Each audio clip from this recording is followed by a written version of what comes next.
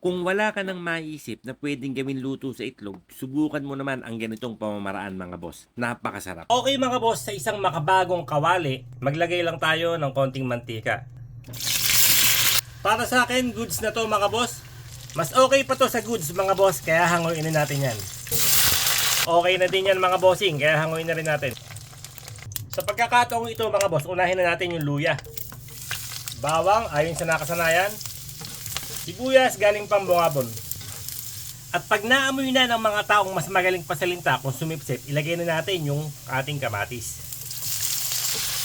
Ilagay na natin yung ating alamang. Ilang sandali lang, isunod na rin natin yung ating liver spread. Isang pack ng oyster sauce.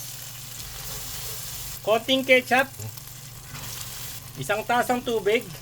3 kutsarang asukal ang ilalagay ko mga boss, depende sa inyo kung gaano katamis ang gusto nyo. Konting suka para may konting kagat ng asin. Siling berde ilagay na natin. Bigyan muna natin ng isang may labhinab na halo. At pag medyo kumulo na ulit mga boss, pwede na natin ilagay yung hilaw na kamatis natin. Ilagay na natin yung ating talong na pinirito. Isunod na rin natin yung ating okra. Okay mga boss, ito na ang aking itlog na inalamangan. Pangpulutan, pangulam, bahala ka na.